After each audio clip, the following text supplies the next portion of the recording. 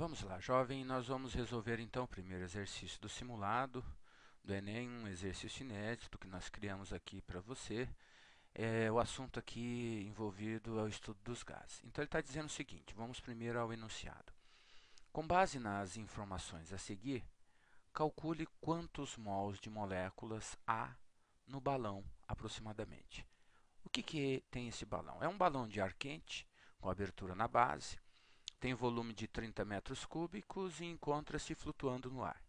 A temperatura do ambiente é de 27 graus Celsius e a pressão externa igual a 1 atm. A densidade do ar no interior do balão é 50% da densidade do ar ao redor do balão. A pressão no interior do balão é a mesma da atmosfera. Ele informa ainda que o balão subiu porque parte do ar que havia no seu interior foi expulso devido ao aquecimento. Muito bem. Bom, agora que nós fizemos a leitura do enunciado do exercício, vamos à resolução. Vamos então à resolução do exercício. Muito bem. Primeiro passo, nós temos que focar naquilo que é a pergunta do exercício. Não adianta nada você começar a fazer conta aqui se você não sabe qual é a pergunta do exercício. Então, o que ele quer? O que nós temos que perseguir? O que nós temos que correr atrás? Nós temos que correr atrás do número de mols de moléculas que há no interior do balão aproximadamente. É isso aí que eu quero. Tá? É isso aí que o exercício quer. E é isso aí que você quer encontrar também. Bom, já que eu sei qual é a pergunta, eu tenho que buscar dentro desse contexto de dados aqui alguma equação matemática que me permita fazer esse cálculo. E se você estudou, né, que eu acredito que tenha acontecido, você vai lembrar que esse cálculo ele pode ser feito, esse de número de mols envolvendo gás, através da equação PV igual a... Opa, vamos voltar aqui. PV igual a nRT, não é isso? Tá? Então, pressão, volume, número de mols, constante universal dos gases e a temperatura. Essa é a equação. Ora, se eu quero calcular o número de mols, tá? O número de mols que eu tenho do gás no interior do balão, é óbvio que eu preciso do volume do gás no interior do balão. Mas isso eu tenho. Está aqui o volume do gás no interior do balão, ó, 30 metros cúbicos, ótimo. Eu preciso da pressão no interior do balão. Mas isso eu tenho também, porque o exercício disse que a pressão no interior do balão é a mesma da atmosfera. E a pressão da atmosfera, que é a pressão externa, é igual a 1 atm. Então eu tenho essa pressão também. Ora, o R é a constante universal dos gases. Uma vez que a pressão está em atm, esse R é 0,082, portanto eu tenho R também. O que é que está faltando para eu resolver o exercício? A temperatura. Então, eu acabei de descobrir, né, que para eu resolver essa questão, eu preciso apenas da temperatura. Ora, cadê essa temperatura? Então vamos fazer o seguinte, vamos apagar isso aqui, tá? Já sei que eu estou perseguindo a temperatura e vamos ver como é que eu posso encontrar essa temperatura. Qual é a informação que eu ainda não utilizei?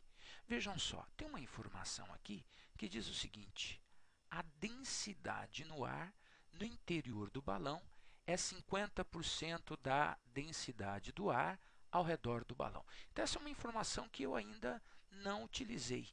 Ora, o que ela pode me ajudar? Vejam só, eu vou equacionar isso aqui. Tá? Eu vou escrever que a densidade no interior do balão ela é igual à densidade fora do balão, tá? Dividido por 2. Né? Isso aqui é um D de densidade. Né? Ora, a densidade no interior do balão é a densidade fora do balão dividido por 2. 50%, não é isso? a densidade do ar no interior do balão é 50%, ou seja, a metade da densidade no ar ao redor do balão. É isso que eu escrevi aqui. Ok? Muito bem. Para melhorar, para desfazer essa fração aqui, nós vamos escrever que 2 vezes a densidade do ar no interior do balão, ela é igual à densidade do ar fora do balão. Então, eu tenho aqui uma expressão matemática para trabalhar. Bom, o que é densidade? Porque nós não podemos nos esquecer que nós estamos trabalhando, nós estamos em busca do quê? Nós estamos em busca da temperatura, tá? E aqui tem temperatura, densidade tem temperatura? Tem. Vamos lembrar o que é, como é que eu calculo a densidade de um gás? Densidade é a pressão vezes a massa molar, não é isso? Dividido por R e dividido por T. Aqui, ó. Está aqui a minha temperatura. É ela que eu estou buscando. Então, eu posso usar essa expressão aqui em substituição à densidade no interior e a densidade fora do balão. Tá? Então, vamos fazer isso. Nós vamos apagar isso aqui para disponibilizar mais espaço para nós continuarmos a resolução desse exercício. Então, vamos lá. Bom, eu vou escrever em substituição a 2 vezes a densidade no interior do balão, eu vou escrever 2 vezes, né, pressão vezes massa molar, né, sobre RT. Tá? Isso é igual à densidade do ar fora do balão. Pressão sobre massa molar sobre RT. Muito bem. Nós já sabemos que essa pressão dentro do balão, no interior do balão, é igual à pressão fora do balão. Né? O R, né, constante, é o mesmo valor. Então, eu posso dividir P com P dá 1, R com R dá 1. O que sobrou? Essa temperatura, que é a temperatura no interior do balão, e essa temperatura, que é a temperatura fora do balão. Então, eu vou organizar melhor isso aqui, vou reescrever. Vai ficar 2 sobre a temperatura no interior do balão, né, é igual a 1 sobre, vamos fazer isso aqui melhor, né, 1 sobre a temperatura fora do balão. Ok? Então, eu tenho uma equação matemática aqui que está relacionando a temperatura no interior com a temperatura fora do balão. Ora, como é que nós podemos finalizar esse raciocínio? Eu vou trazer a temperatura do interior do balão, multiplicando 1, e a temperatura fora do balão, multiplicando 2. Então, nós teremos 2 vezes a temperatura fora do balão igual a temperatura no interior do balão. Vejam só que interessante. A temperatura no interior do balão é o dobro da temperatura fora do balão. Ora, qual é a temperatura no interior do balão? 27 graus Celsius. Como nós temos que trabalhar em Kelvin, essa temperatura em Kelvin vai corresponder a quantos? Vai corresponder a 300 Kelvin. Então, vamos limpar essa nossa área de trabalho aqui e vamos reescrever, né? A temperatura no interior do balão é 2 vezes a temperatura fora do balão. Bastante lógico, né? Por quê? Porque você tem um balão de ar quente, né? Um balão cujo ar no seu interior ele será aquecido. Muito bem. Então, como essa temperatura fora, né, a temperatura do ar fora do balão é 27 graus Celsius, ou seja, 300 Kelvin, a temperatura no interior do balão vai ser igual a 2 vezes 300. Então, a temperatura no interior do balão vai ser igual a 600 Kelvin. Né? Muito bem. Esse 600 aqui ficou horrível. Vamos apagá-lo e vamos escrever um pouquinho melhor. Ok? Então, essa é a temperatura no interior do balão. Ora, o que nós tínhamos anteriormente? Anteriormente nós tínhamos uma necessidade. Qual era? Nós tínhamos a expressão PV igual a nRT, porque o nosso objetivo sempre foi calcular quantos mols de moléculas há no balão. Então, a pressão no interior do balão, eu sei quanto é. 1. O volume do balão, nós sabemos também, é igual a 30 metros cúbicos, ou seja, 30.000 litros.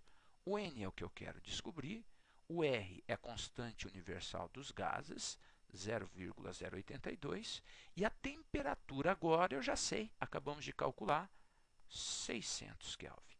Tá? Eu posso dividir aqui 0,000, sobraram 300 dividido por 0,082 vezes 6. O resultado dessa conta aqui, ó, tá? Você pode fazer aí, se você está duvidando do seu professor, isso dá aproximadamente 0,49. Então, nós teremos aqui 300, né, dividido por 0,49 é igual ao número de mols. Está acabando. Olha lá, você vai dividir 300 por 0,49, faz as contas aí, tá? Que dá 612 mols. Maravilha, achei a minha resposta, não é verdade? Então agora é só marcar a alternativa. Veja que ele no enunciado ele fala em aproximadamente. Então você encontrou 612, a resposta mais próxima de 612 é a letra A. Portanto, chegamos a resposta correta, né? Que beleza, maravilha. Eu espero que você tenha compreendido bem a explicação, a resolução desse exercício. E se você teve alguma dificuldade, se você tem alguma dúvida ainda, você tem a possibilidade aí de retroceder o vídeo, avançar, né? Olhar com calma cada uma dessas passagens para que você possa ter a compreensão total. Valeu? Muito bem. Então vamos à resolução do próximo exercício.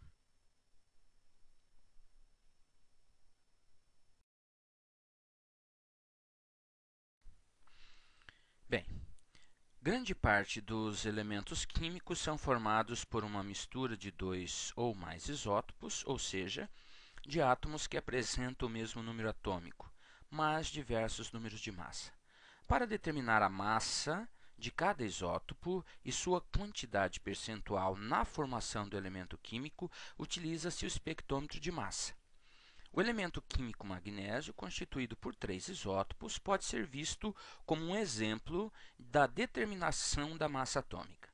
A massa atômica do elemento químico magnésio, 24,32 unidades de massa atômica, é determinada a partir da média ponderada das massas atômicas dos 3 isótopos que contêm ou que compõem esse elemento, que são magnésio 24, magnésio 25 e magnésio 26. Muito bem.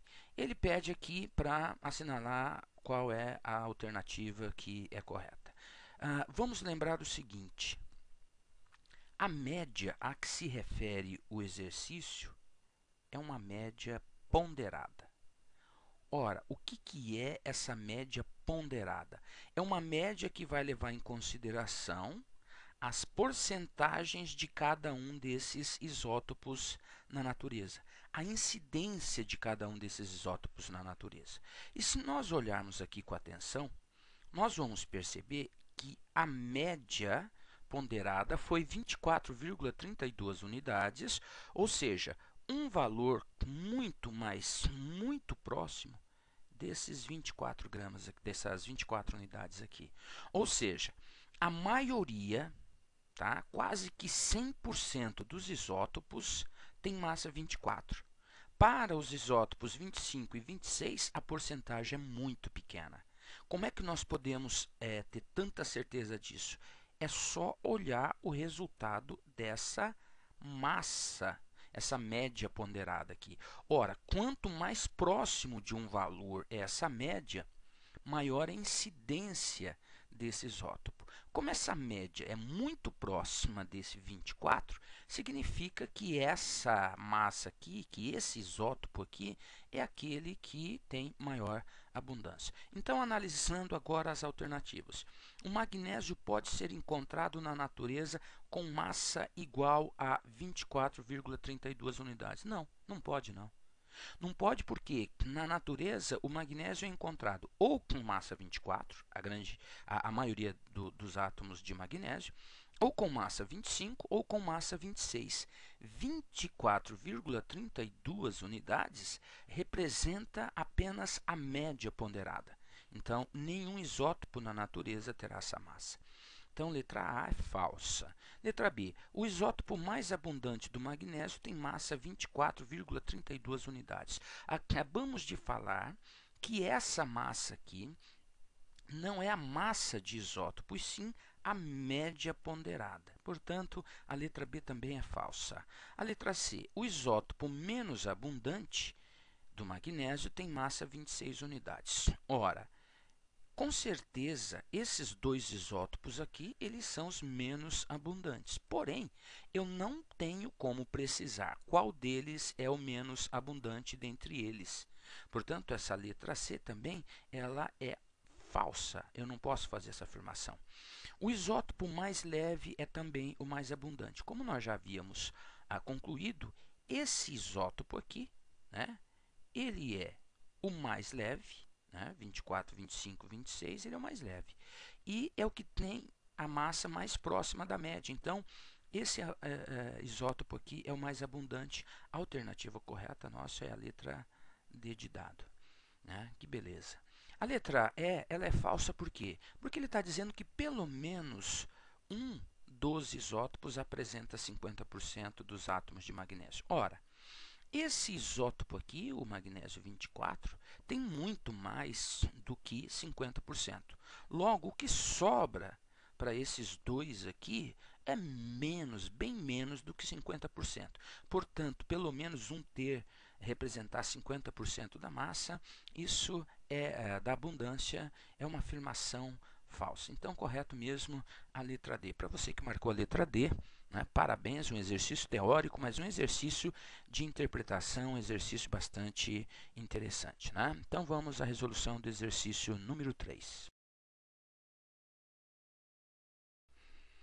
Vamos lá, então. Nós temos aqui o exercício 3, que é um exercício que trata de métodos de separação de mistura. Ele pede para você assinalar, olhar a figura, analisar a figura e assinalar a alternativa correta. Ora, o que nós temos aqui? Nós temos um esquema de uma estação de tratamento de água.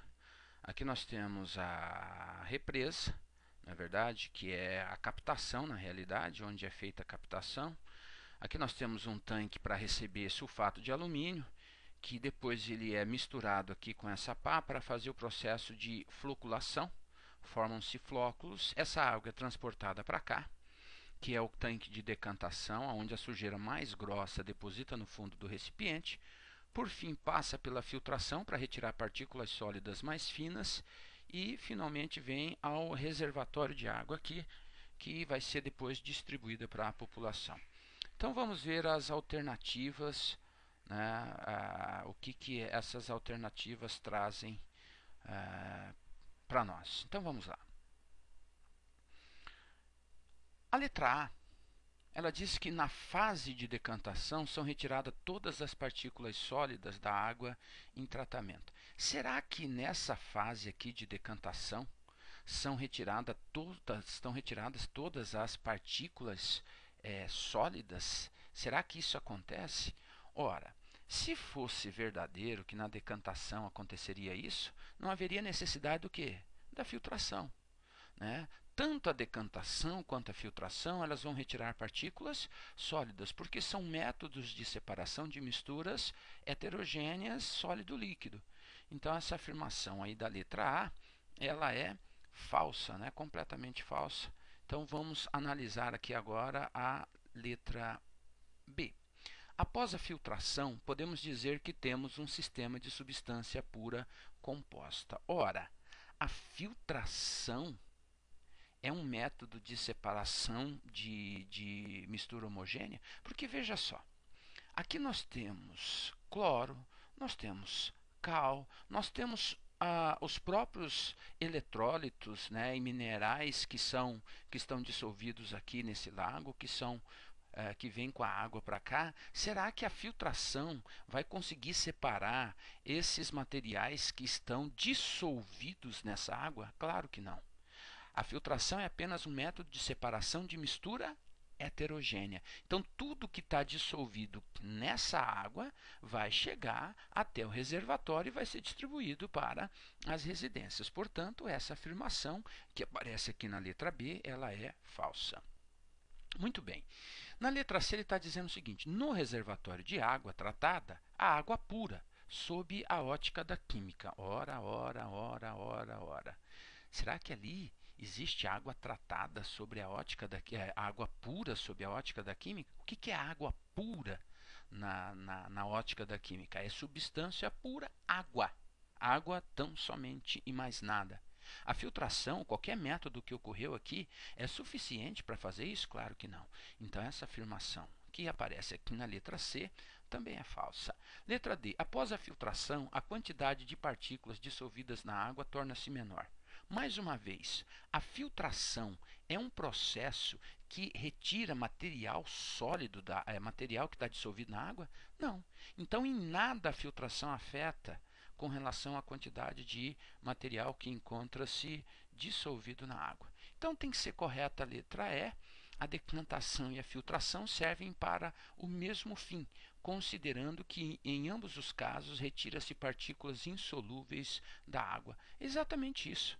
Né? Tanto a decantação quanto a filtração servem para o mesmo fim. A decantação retira aqui, ó, você está vendo aqui as partículas mais pesadas, as partículas vindo desse processo aqui de decantação, e aquelas partículas menores que ficam aqui em suspensão na água são retidas aqui no filtro. Tá? Então elas servem para o mesmo fim, só que retirando partículas com dimensões diferentes e por processos diferentes. Não é isso? Aqui a ação da gravidade e aqui a ação dos elementos filtrantes. Portanto, a alternativa correta, letra E, né, também um exercício teórico, mas Enem é assim. Né? Então, ele tem exercícios que envolvem cálculos e ele tem também exercícios que envolvem teoria, mas essa teoria sempre relacionada com algum processo importante do nosso dia a dia. Vamos ao exercício 4, então? Vamos lá. Observe a figura a seguir e assinale a alternativa correta. Do que se trata essa figura? Se você não consegue identificar, tá, num primeiro momento, olhando para a figura do que se trata, o que é a descrição dela? Uma das ilustrações do livro de destilação de Hierônimos. Então, isso aqui é um processo de destilação. Claro que uma destilação num processo bastante antigo, né, vê-se pelas roupas, né, de quem está processando todo essa destilação aqui, como pelo aspecto rudimentar da construção desse sistema de destilação. Mas ele está afirmando que é uma destilação. Né? Veja que aqui estamos recolhendo o líquido em jarras, estão sendo recolhidos líquidos em jarras. Né? Aqui nós temos a indicação de saída de fumaça, ou seja, sinal de que está havendo aquecimento. Para a época, certamente esse aquecimento por queima de madeira, mas vamos lá dar uma olhadinha nas alternativas. Olha só, na letra A, já até grifei aqui para vocês, no processo descrito, com certeza o líquido recolhido nas jarras é uma substância pura. Ora, será que nós podemos ter essa certeza de que os líquidos recolhidos aqui são substâncias puras? Será? Porque olha só, o que está sendo destilado aqui? Eu não sei. Pode ser uma mistura homogênea sólido-líquido, pode ser uma mistura homogênea com sólido, com mais de um sólido, com um líquido, com mais de um líquido. O fato é que se houver aqui mais de um líquido, Tá? E se não houver uma diferença de ponto de ebulição suficiente para esses líquidos, com certeza eles sairão aqui misturados. Portanto, dizer que aqui eu terei substância pura, um único líquido, essa afirmação ela é falsa, né? Ele está dizendo com certeza o líquido recolhido é uma substância pura. Não dá para dizer. Concorda comigo? Então a letra A ela é falsa. O processo utiliza a diferença de densidade para promover a separação dos componentes de uma mistura. Ora, é a densidade ali que é importante na destilação? De forma alguma. O que a destilação utiliza, né, como meio para promover a separação, o que é? É exatamente a diferença de pontos de ebulição. Você pode dizer também que seja a diferença de volatilidade, mas densidade jamais. Então a letra B é absurda, a letra B é incorreta, não é verdadeira. Nas jarras há um ou mais líquidos obtidos por condensação. Né? Então, diante daquilo que nós acabamos de explicar para vocês, realmente aqui pode ter um líquido, como pode ter mais de um líquido. Agora, o fato é que, em se tratando de destilação, como é que esse líquido ele é recuperado aqui nessas jarras por condensação? Existe aqui um sistema de aquecimento, né? Um ou mais líquidos, o que houver aqui, vai sofrer a vaporização, né? Isso vai produzir vapor, e aqui existe um sistema de quê? De condensação para recepcionar esse líquido aqui e separar dos componentes desejados ou indesejados. Então, a alternativa correta nossa, né, a letra C. Vamos verificar o que diz a letra D. O método é ideal para separação de misturas heterogêneas? Não, não, não, não, não. O método é ideal para separação de misturas homogêneas. Na letra E, não há necessidade do uso de calor no processo ilustrado. Claro que há. O calor, a elevação do calor é que permite a produção do vapor que sofre então a condensação. Portanto, a alternativa correta, letra C, e com isso nós terminamos aí a resolução desses 4 exercícios. Eu espero que você tenha aproveitado, né? Lembre-se que você tem um vídeo, então você pode olhar quantas vezes, assistir quantas vezes a resolução, né? Até que você tenha a compreensão total de todos esses conteúdos que foram aí apresentados e cobrados nessas questões, tá bom? Um abraço para vocês e até a nossa próxima oportunidade. Tchau!